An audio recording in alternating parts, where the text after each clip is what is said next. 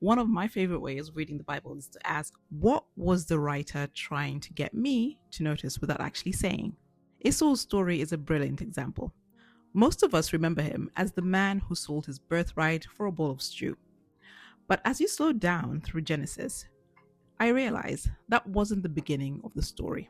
It was one moment in a much bigger pattern. Genesis tells us Esau despised his birthright. That's a remarkably strong conclusion to record.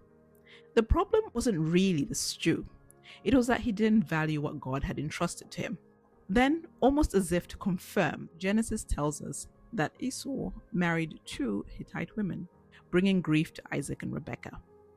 At first glance, it feels like an absolutely unrelated detail.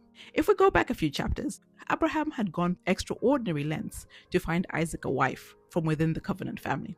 That story would have been part of Esau's family history. Abraham himself was alive until Jacob and Esau were about teenagers.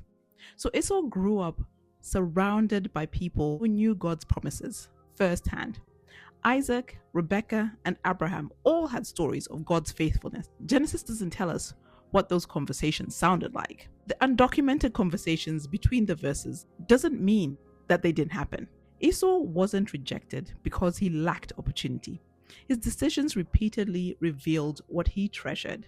And that's why the birthright statement matters.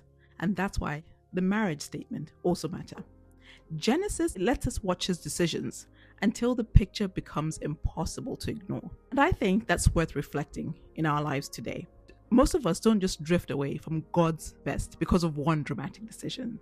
It's usually a series of small choices that slowly reveal what we truly value.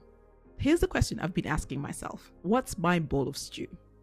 What temporary comfort, convenience, or distraction am I choosing over something God says is worth holding on to? The Bible isn't simply warning us about Esau. Perhaps it's inviting us to examine our own hearts before our choices tell the story for us.